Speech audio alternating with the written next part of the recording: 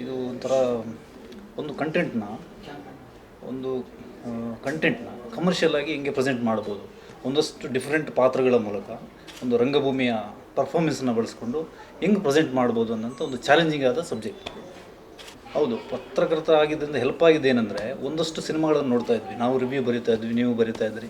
So ಅದರ ಸೂಕ್ಷ್ಮಗಳು ಅರ್ಥ ಆಗ್ತಾಯಿತ್ತು. ಜನರಿಗೆ ಎಲ್ಲಿ ಬೋರ್ ಆಗುತ್ತೆ, ಯಾವುದನ್ನು ಜಾಸ್ತಿ ತೋರಿಸ್ಬಾರ್ದು, ಯಾವುದು ಇಷ್ಟ ಆಗುತ್ತೆ ಅನ್ನೋದನ್ನು, ಅಂದರೆ ನಮಗೆ ಹೇಳೋಕ್ಕಾಗಲ್ಲ ಜನರಿಗೆ ಯಾವುದು ಇಷ್ಟ ಆಗ್ಬೋದು, ಬಟ್ ನಮ್ಮ ಯೋಚನೆಗೆ ಎಷ್ಟು ಬರುತ್ತೆ ಆ ರೀತಿ ಮಾಡಿದ್ವಿ.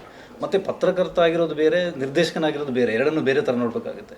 ಒಬ್ಬ ಪತ್ರಕರ್ತ ಆಗಿದ್ದವನು ಬೆಸ್ಟ್ ಸಿನಿಮಾ ಕೊಡ್ತಾನೆ, ಅದು ಸುಳ್ಳು. ಅಥವಾ ಕೆಟ್ಟ ಸಿನಿಮಾ ಕೊಡ್ತಾನೆ, ಅದು ಬೇರೆ. ಅದು ಪತ್ರಕರ್ತನ ಜೀವನ ಬೇರೆ, ನಿರ್ದೇಶನ ಜೀವನ ಬೇರೆ. ಅದು ಆಡಿಯನ್ಸ್ ಡಿಸೈಡ್ ಮಾಡಬೇಕು. ಅಲ್ಲ, ಪ್ರತಿಯೊಂದು ಸಿನಿಮಾನೇ ಚಾಲೆಂಜ್.